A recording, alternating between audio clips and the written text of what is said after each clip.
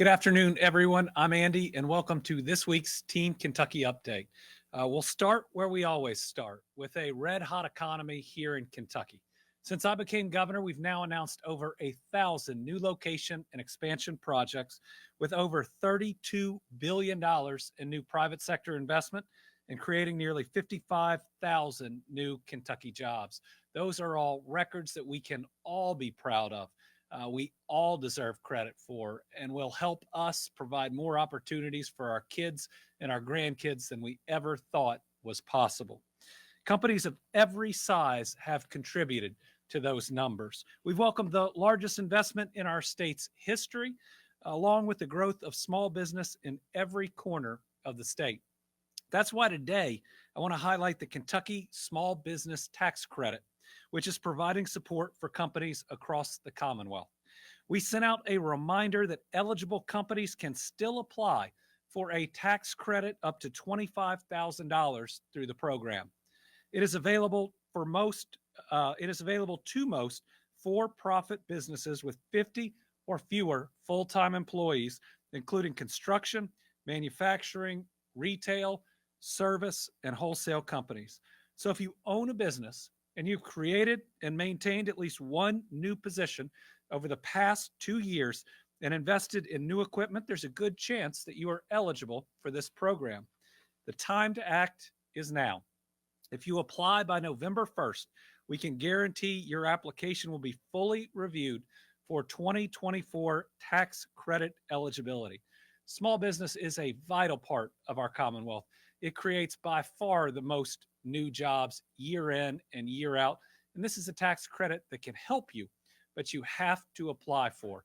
We want all of our small businesses to grow, and we hope this reminder will stir some interest and get some more applications in, because we'd love for you to grow and grow and grow and continue to help us to break every economic development record that's out there. Next up, we have some announcements that are supporting growth and progress in our Commonwealth. First, we're highlighting a project in Mason County. We provided $520,000 in funding to help them renovate senior housing cottages in Maysville. These cottages are connected to the Mason County Senior Center and Mason County Food Bank. The project is now complete, and we're joined today by Mason County Judge Executive Owen McNeil. Would you join me? Congratulations. Thank you.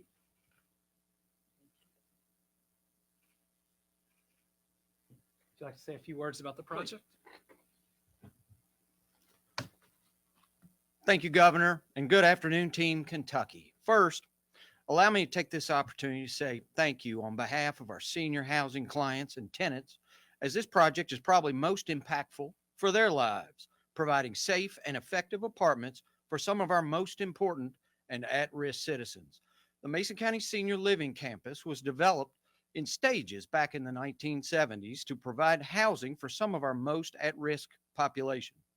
Over the years, the campus and apartments fell into some disrepair. However, these funds, along with our local match, have been leveraged to provide an incredible environment for our tenants, specifically renovating 7 of the cottages.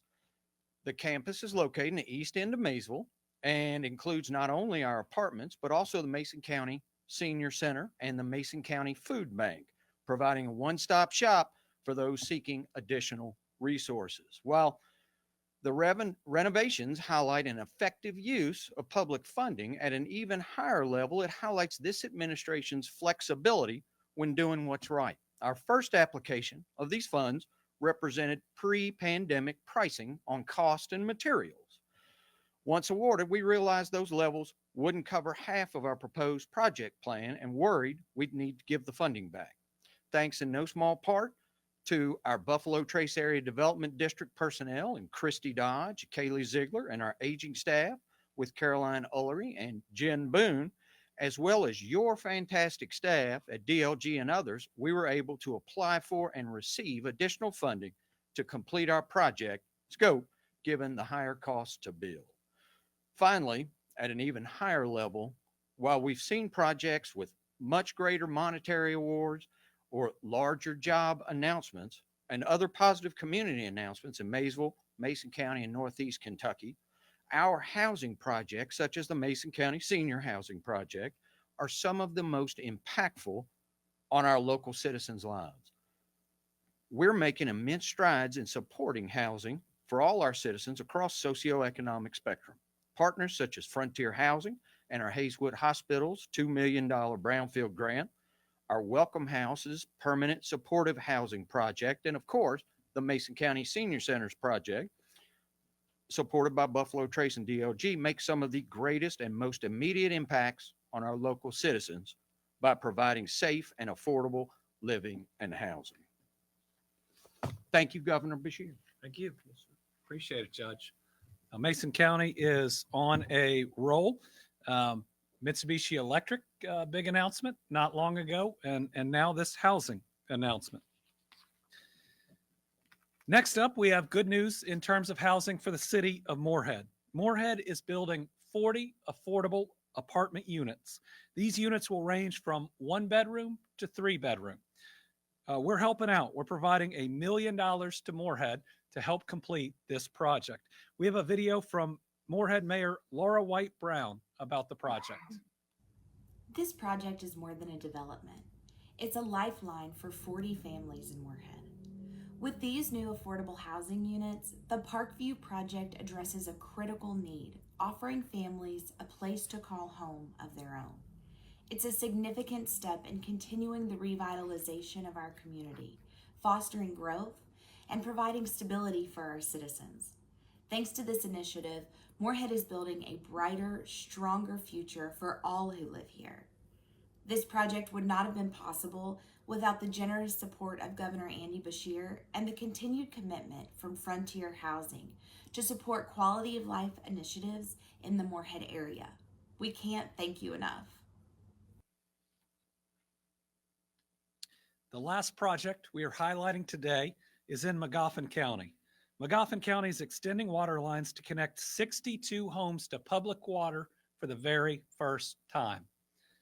Access to clean drinking water is a basic human right, and I have been in folks' kitchen when they turn on that tap, and for the first time, reliable drinking water comes out of the faucet. It's something so many of us take for granted, but every time we can provide that to a new home and a new family, it is something really special that's living out our Kentucky values and certainly our faith.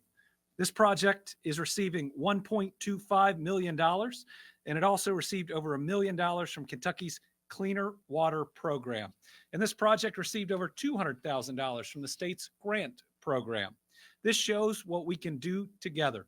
Through 3 separate state-run programs, we're bringing clean water to 62 homes to Kentuckians who need it.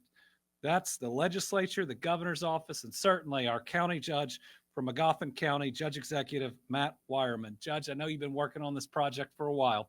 Congratulations. Here's the latest piece of it. Thank you. You're welcome. Like to say a few words about the project? First of all, I want to extend a heartfelt thanks to you, to the DLG, to the legislature, to our state representative, John Blanton. This has been a marathon. This money is the final piece of a $2.5 million project that I've been working on for over 5 years. The folks in the far southern end of our county and the far northwest end of our county along the state routes didn't have access to water. I've seen the videos that they send me. I've been to their homes and seen the water coming out of the tap, just as the governor spoke about. I've lived that as a child, but was fortunate enough to be close enough to have water ran during my teenage years. I've seen that sulfur water come out. This is going to help make life a little bit better and the quality of life a little bit better for those folks in those far-reaching communities in my county. We've still got a long ways to go. This has been a marathon. We've got to get the water lines in the ground and got to get it to the folks. And hopefully this time next year, they will be experiencing what most of our counties are already experiencing. We still have folks that won't have water because they live so far up hollows that we can't get to them. But we're looking and trying to work towards solutions to make that happen. And I'm sure with the commitment that our governor has and the legislature of providing the money, that we're going to make those things happen too.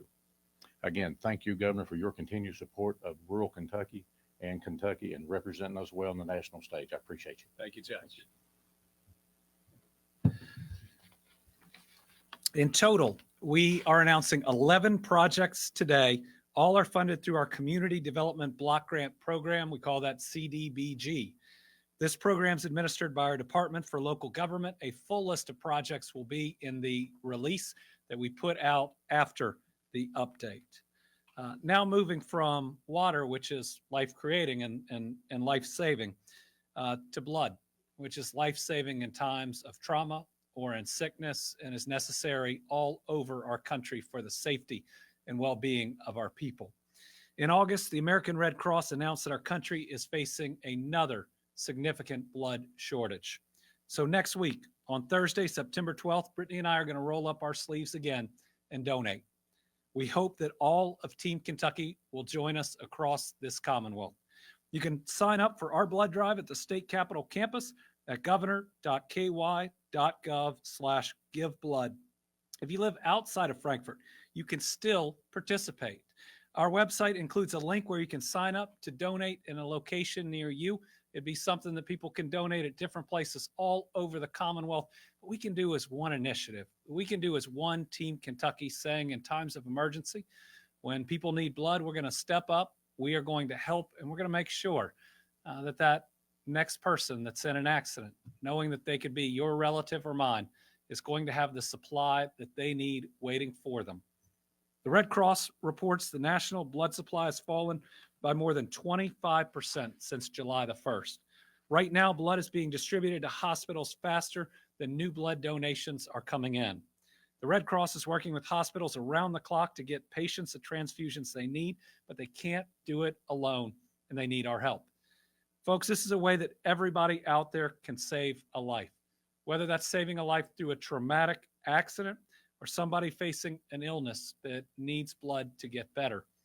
September is Preparedness Month, Sickle Cell Awareness Month, and Childhood Cancer Awareness Month, all of which remind us of the importance of the donation of blood.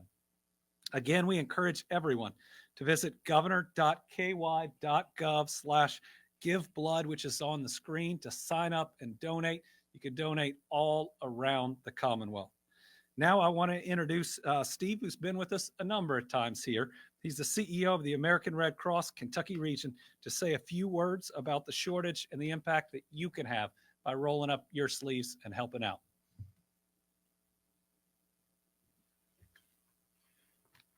Governor, thank you. As you said, we have been here a number of times, and you have been unbelievably supportive of our efforts to save lives. The average person doesn't get up every day thinking that I'm going to need blood today. But every 2 seconds in this country, somebody needs life-saving product and life-saving blood. And unfortunately, you have a lot of situations. It could be trauma. It could be a car accident. It could be chronic disease, something like sickle cell, as the governor mentioned. It could be cancer patients going through chemotherapy.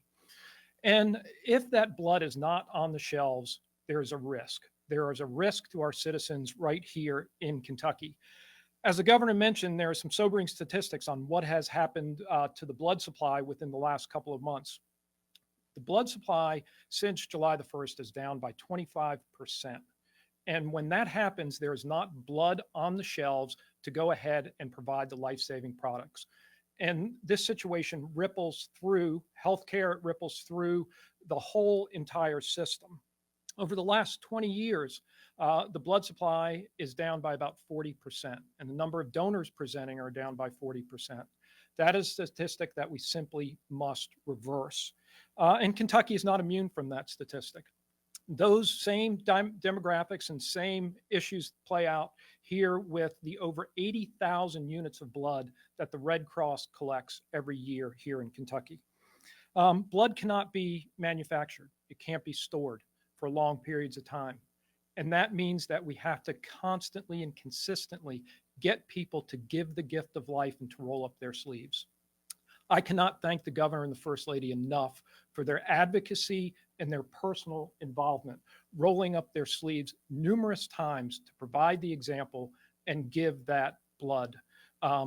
Also, as the governor mentioned, on the 12th, we'll be doing, I believe, our fourth drive with the governor here in the Rotunda, which is extremely important for us. The governor and the first lady have also been national figures in the drive for blood, and it is so appreciated.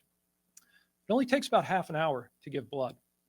And as the governor said, it's the gift of life, and it allows you to save that life. I would encourage everybody to go to redcross.org or call 1-800-RED-CROSS and register to give blood at their nearest location.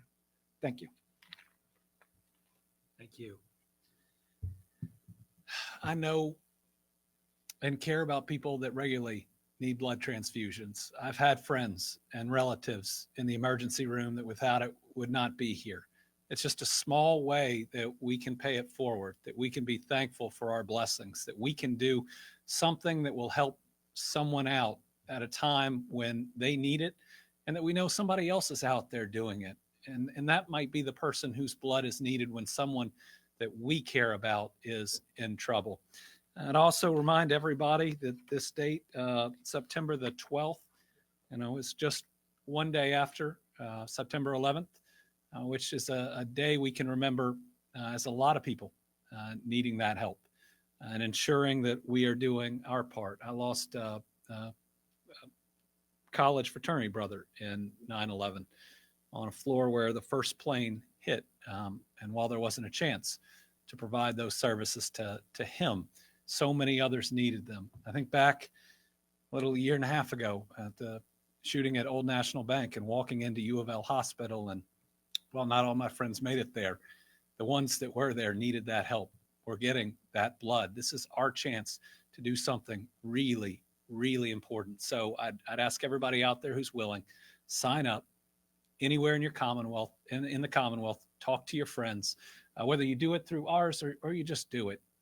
Know that this is an important thing that can help a lot of people. All right, we're going to give an update now on the medical cannabis program. Since taking office, my administration has been committed to providing access to health care and creating safe communities for Kentuckians. Over a year ago, I signed Senate Bill 47, which legalizes medical cannabis in the Commonwealth beginning in January of 2025. Knowing that patients need access to life-changing medication sooner rather than later, our administration was capable of issuing licenses this year. And we worked at the General Assembly, and I signed House Bill 829 in April, which helped us on some of the needed dates. The bill took the important step of moving up the timeline for cannabis business licensing by a full 6 months. As a result, the program can begin issuing business licenses in 2024, this year, instead of 2025, the year the program was supposed to start operations. The Kentucky Medical Cannabis Program began accepting applications from prospective businesses on July the 1st. The application period closed this last weekend on August 31st, and today I can share some of the incredible success of the first ever medical cannabis licensing round, and also flag some of the challenges that we're going to have to address in the coming months. In total, the program received, these are the newest numbers, 4,998 applications for medical cannabis business licenses. This is significantly more than any initial projection, and as I'll talk about in a minute, the vast majority of these are for dispensaries, and the vast majority of those applications came in really in the last 24, if not 48 hours before the deadline. I'm excited to share the incredible interest this program's received from small businesses through all license types. These applications, the breakdown included 239 cultivator tier 1 applications, 190 cultivator tier 2 applications, 155 cultivator tier 3 applications, 333 processor applications, 5 test lab applications, and 4,076 dispensary applications. To ensure patient access, dispensaries need to be located so that all Kentucky cardholders can have access to medical cannabis. That's why we created 11 medical cannabis dispensary licensing regions. Dispensary application totals by regions are on the screen.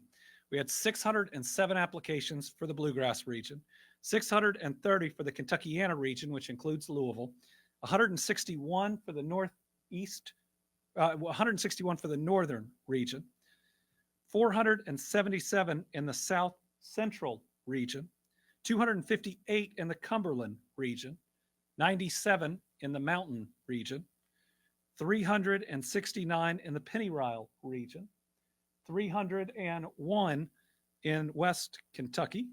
That's a region. That's the purchase.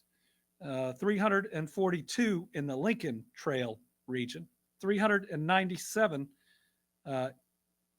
397 in the northern region. I missed this. 161 in the northeast region, and 436 in the Green River region.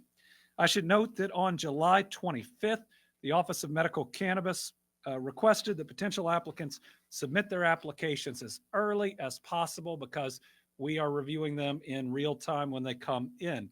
The request was get them in by August 15th. However, 88% of the 4,998 applications were received in the last 4 days of the licensing period, meaning our attempts to review them as they come in and thus to decrease the volume at the end that puts us up against deadlines we wanted to be lower. Turns out it's going to be higher than anticipated. Despite the last-minute influx of applications, the Office of Medical Cannabis is currently reviewing these applications, and we remain on track to issue licenses in 2024. We are increasing our staff, almost doubling them, for reviewing the applications. We had already taken the step to move from about 9 people to about 29 people. And we're adding another 20 on top of that to do our best to get through this as quickly, but also as accurately as we can. The most important thing is that we do it right and we do it safely, and we create a program that addresses any concerns and then provides this important healthcare service to our people. We will announce the lottery dates for each license category in the coming weeks. Here's something to be prepared for. Processor and cultivators, that lottery will be earlier than dispensaries. And that makes sense because you have to grow the product, you have to process the product before you can sell the product in a dispensary. So our first goal is to get through all of the cultivator and the processor applications to determine the total amount that meet the requirements. There is a cure period in it where people can amend their applications if there is an issue, and then to get that lottery done first. We certainly believe that lottery will be in October, and we will have more information about the date when it becomes a little more firm here, hopefully in the next couple weeks at the most. We launched this program with a goal to ensure that our licensing process was transparent and provided everyone a fair shot at being a part of this new and exciting industry. Today, the results are clear. There is incredible, if not overwhelming, interest, especially among Kentuckians. That's proof that the program is going to meet its goals. We are just going to have some challenges getting through those total number of applications, doing it right, ensuring that the process is fair, getting through the lotteries, and then getting up and running, because there are still a number of requirements once someone gets, say, a dispensary license, about how we have to inspect the premises and go through a number of other steps. So we are working hard. We're going to get this done. We'll have some more updates about timing, where people can and what people can expect. If we believe that there are going to be concerns about the availability of product, my plan is to leave the executive order in effect, which would allow people under certain very specific conditions to secure product from Ohio, which has opened up its programs, and other states, but again, under those very limited conditions. Once our program is up and running, once we have dispensaries active across the Commonwealth, it is my intent to rescind that executive order. That's what I told the legislature I would do if we enacted a real medical marijuana program, which we are absolutely doing. So we look forward to providing more updates to you, to the legislature, This is one where we're going to get it right. It's going to take a lot of work to get it right, but we're going to get it right. All right, some updates on our high ground communities that we're building to recover from flooding in eastern Kentucky. On July 26th, we marked the 2-year anniversary of the historic flooding in eastern Kentucky that took the lives of 45 Kentuckians. I traveled around the region recently, and what I saw were signs of hope. Communities and families building back stronger, and just like from day one, neighbors helping neighbors to overcome the challenges that they face. Much work has been done, but the challenges remain. One of these challenges is safe, affordable, and permanent housing outside the floodplain where people will never have to go through this again.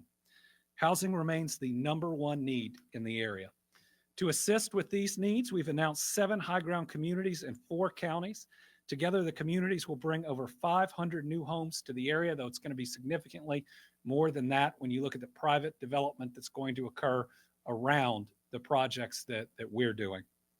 In Letcher County, the cottages at Thompson Branch was the first site to have homes on site and people living in them. I think we're pulling up something on Thompson Branch. Last week, the land for the other 8 homes was deeded to Homes, Inc. This is them to begin construction on 8 additional homes.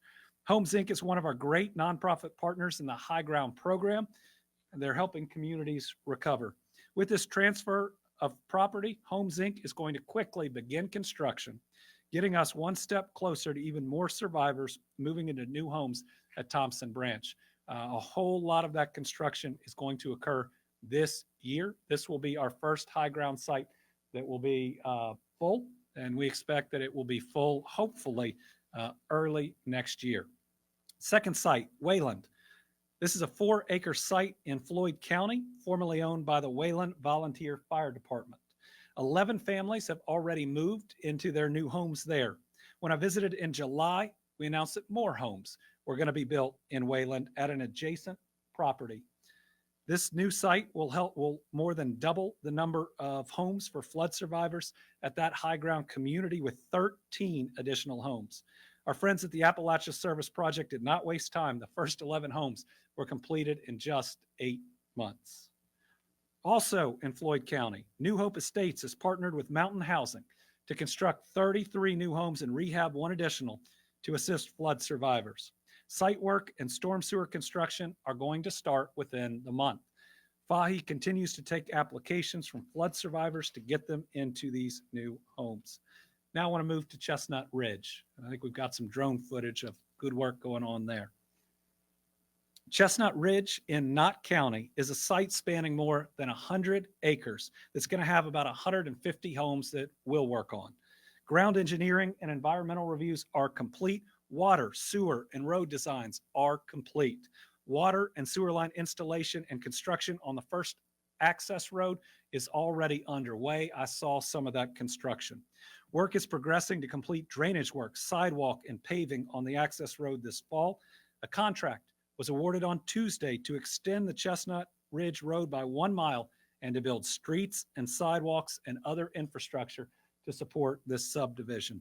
Chestnut Ridge is really moving now. The toughest part is the design and the installation of the infrastructure. But basically what we're doing is building out the whole community's infrastructure all at the same time. So the work we're doing right now is going to allow for construction of about 150 homes. You know, we are really getting through the hard part. We'll see at least some construction this year at Chestnut Ridge, and we'll see significant construction next year. In Letcher County, Grandview is a 92-acre site with plans for 115 homes. The ground engineering review is complete and an environmental review is underway. Funding applications for water and sewer projects are being submitted to the U.S. Department of Agriculture Disaster Relief, and we're also looking for some other funding opportunities there to make sure that Letcher County has a high ground site in addition to the cottages at Thompson Branch. Skyview in Perry County is a 50-acre site with plans for over 100 homes, though we think there can be up to 500 homes on the overall land that's there and available. Ground engineering and environmental review are complete, and the access road leading to the top of the hill is complete. And that's pretty amazing. It took some time because the grade is significant, but they have done a really good job. That means heavy equipment can get up to the top, and they are already working up there. Phase 2 roadwork is underway, and the initial roadway foundation should be complete by the end of October. The work will make way for installing water and sewer lines and further subdivision development. Paving will come a little bit later. Olive Branch in Knott County is a 75-acre site with plans for 132 homes. Ground engineering and environmental reviews are complete, and right-of-way plans are in development for an initial access road that's been a little tougher than initially thought, but we are working through it. Together, the 7 high ground sites in the 4 counties hit hard by flooding will be home to over 500 families. We continue to work with other communities, specifically Breathitt County, which has given us a good plan on their high ground sites. These are smaller, just because that's what the topography allows, but together can present a really good plan for Breathitt County. We've got to finalize the review for some of these sites, but we're going to be really excited to stand with Breathitt County to announce their full plan here very soon. They and the leadership of the city of Jackson are working really hard on that, and they should be commended because their challenge in finding locations was harder than just about anywhere, but they have not given up and they have pushed forward. If you were impacted by floods in 2021 or 2022, we encourage you to visit housingcan'twait.org and fill out the questionnaire. Today, we also have some more great news for our neighbors in Western Kentucky and Eastern Kentucky who are recovering from the tornadoes and the floods. We're going to be with these families until the job is done. One of the reasons I'm most excited that I'm continuing in this job is I made some promises, and I'm going to keep every darn one of them. We are going to make sure that each of these families are hopefully better off than before they went through really unspeakable trauma. So today, my administration has approved 5 new SAFE Fund awards totaling nearly $9.4 million to help communities recover. First, from the Eastern Kentucky SAFE Fund, we've approved more than $1.8 million for the Jenkins Independent School District, more than $2.2 million for the Knott County Fiscal Court, and $2.8 million for the Perry County Fiscal Court. And in the Western Kentucky SAFE Fund, we've approved more than $2.5 million for Dawson Springs to help finance reconstruction costs for the city's pool and park. Those are basically all of the outdoor athletic facilities for their school system, as well as all of the outdoor facilities, except for one other baseball park for all of their citizens. And it's been gone, for 2.5 years. If we want the kids there to have those same opportunities that everybody else does, we've got to get this park rebuilt. It includes more than $1,300 for Caldwell County Water District to match a FEMA project award. I want to thank the General Assembly. The Eastern Kentucky SAFE Fund and the Western Kentucky SAFE Fund have been really important tools to help people recover. I think we'll need some additional help in this upcoming session, not necessarily additional money, though we'll need to look at that, but additional flexibility on using some money that is already appropriated and perhaps getting it to the place that is needed the most right now. And finally, our Team Kentucky All-Star. Today, we want to celebrate Oksana Masters from Louisville and a graduate of Atherton High School.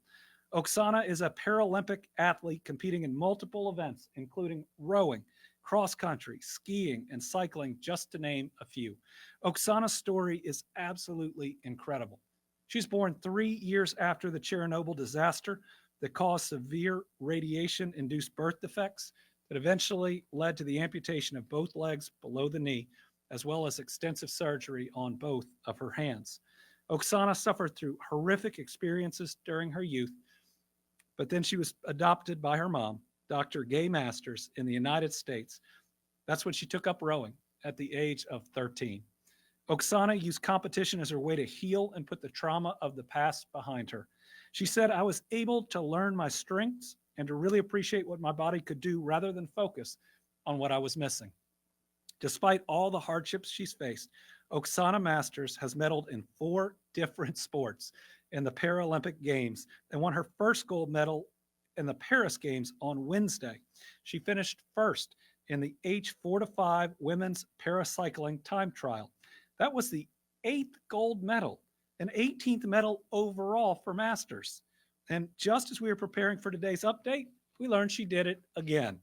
Oksana just earned another gold medal in the women's road race H5, bringing her total medals to 19 with 9 gold. Oksana's story is hard to describe, but she is an inspiration, I think, to all of us. She shows the Team Kentucky spirit of overcoming adversity, and we use that word a lot. I mean, overcoming things that would cause most people to quit. And look at what she has turned it into international acclaim. She makes Kentucky look good. She ought to inspire all of us to do a little better, to maybe complain a little bit less, and to find ways to get things done, even when it's really challenging. So congratulations to Oksana, her mother Gay, for all the other Paralympic athletes competing. For all their hard work and dedication, we are proud to name Oksana our Team Kentucky All-Star. All right, with that, we'll open it up to questions. We got 2 journalists here with us. We'll start with Josh. Yes, thank you, Governor. With another year of sports betting coming up, what are your impressions of the first year, and what impact or success do you see having on the state?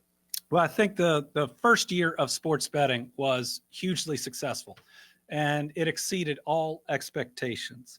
And we think back that in-person wagering just started September 7th of last year, and then online wagering started September 28th of last year. In its first year, we had a full catalog of sports. We'd done the work, and really people worked at a compressed timetable, but that first catalog was robust, giving people an opportunity to bet on the sports that they care about and enjoy the most. So for fiscal year 2024, sports wagering beat all odds by bringing in $37.2 million in revenue from sports wagering taxes and licensing fees. So in July, driven by interest in the Summer Olympics, the trend continued, generating an additional $2 million in state tax revenue and bringing us close to $40 million in revenue through July. So with 1 year of data, we can see some initial trends. The highest wagering volumes come in October, November, and December. And the reason in that is the popularity of the NCAA and NFL football, Major League playoffs, the NBA and the NHL seasons all kind of intersect and overlap in some ways during that period. March wagering activity, obviously really good too, and that's driven by March Madness, as well as the NHL and the NBA approaching their playoffs. So some really positive trends in terms of revenue. And then, we want to also make sure as we go, we're reviewing the Problem Gambling Fund and ensuring people that need help get the help that they need. Sydney. So with the medical cannabis program, we're seeing it steadily moving forward, but when you introduced this program and as it's gone along, have you seen any backlash to this? No. The question's on, have we seen backlash to the medical cannabis program? And the answer is no, because we structured it in a way that communities that ultimately didn't want to be a part of it don't have to be a part of it. Or they could put it on the ballot for their people. Or they could go ahead and opt in knowing how popular this is around the state. Medical marijuana has been generally accepted across the United States. Is in the majority of states. We're not the first to this. Unfortunately, we're not even in the top 15 in states that did it, but it did give us the ability to look at everybody else's program and structure it very intentionally. The General Assembly also had a lot of input into it, and there was a lot of good dialogue back and forth. So, the only challenges were the first set of deadlines, which weren't going to work. You can't start on July 1 and license people on, you can't start on January 1, 2025 and license people on January 1, 2025. That we got some help on. Now our challenge is going to be the volume that we receive, but we'll work through that. But this is a program that's going to help a lot of people. I remember the veteran with PTSD who was brave enough to come up here to this podium with the service dog and to talk about how this helped him get from 20 plus medications down to 1 or 2. Talked about how he had been contemplating suicide and had difficulty working, and how it helped him get to a really good and positive place where he's enjoying life and he could come up here and even do this. So really excited as this rolls out. And I just remind people that it is still a limited program, that you have to have one of a certain number of conditions. Well, I think there need to be more conditions. It is limited to that. And so we are making sure that as we set up the industry, that it's appropriately scaled, that we don't go through what we went through in hemp that left a lot of farmers with a whole crop they couldn't sell, threatened bankruptcy, had a lot of processors, with, whether they had the right intentions or not in the beginning, go out of business. We want to make sure we do this right. Online, we have Darnell Crenshaw. Yes, good afternoon, Governor. Darnell Crenshaw, WKYT. Story about sports betting. You touched on some of the numbers. Are you happy where you are in terms of revenue, and what areas can we improve on in terms of sports betting? What are some areas we need to do better? Well, the revenue is exceeding all expectations. I'd always thought the projection that was out there was low.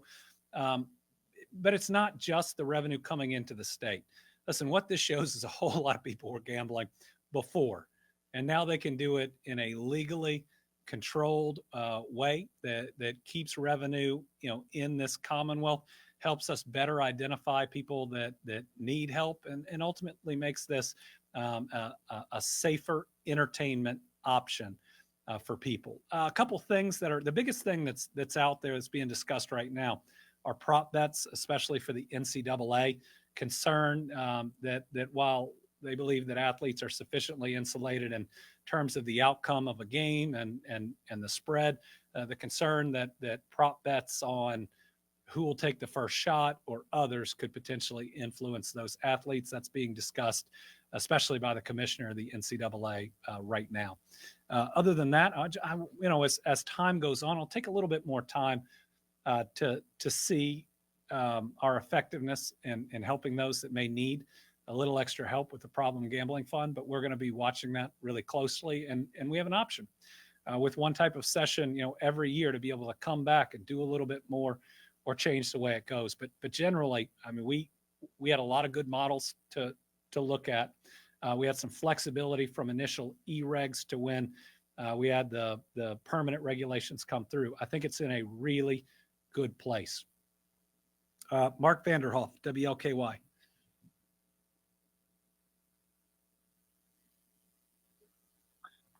Thank you, Governor. I'm sure you've heard these rumors about application stacking with the medical cannabis licenses. The pro-cannabis advocacy group, Kentucky Normal, issued a press release trying to address those concerns and talking about the lottery system integrity. Can you also address those concerns?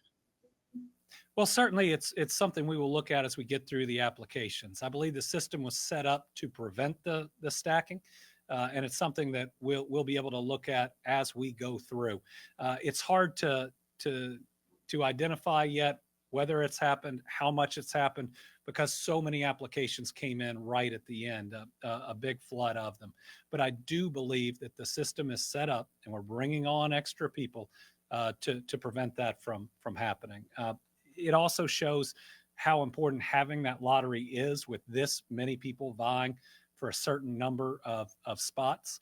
If one thing we are looking at with so many providers being interested is what we may be able to do when we expand the program with companies that have already put in legitimate applications, have already paid this fee, what the next round can look like in terms of whether we need another application fee, how much of a new license application they'd have to put in. So again, we think we set up the system very intentionally to prevent these harms. It's going to take us a little bit of time to say whether we are seeing it or not, but we're going to be able to deal with it if it's there. And last, Isaiah Kim Martinez.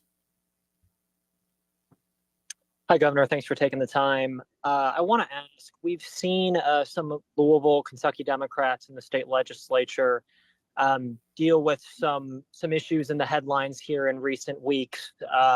Not exactly good press per se.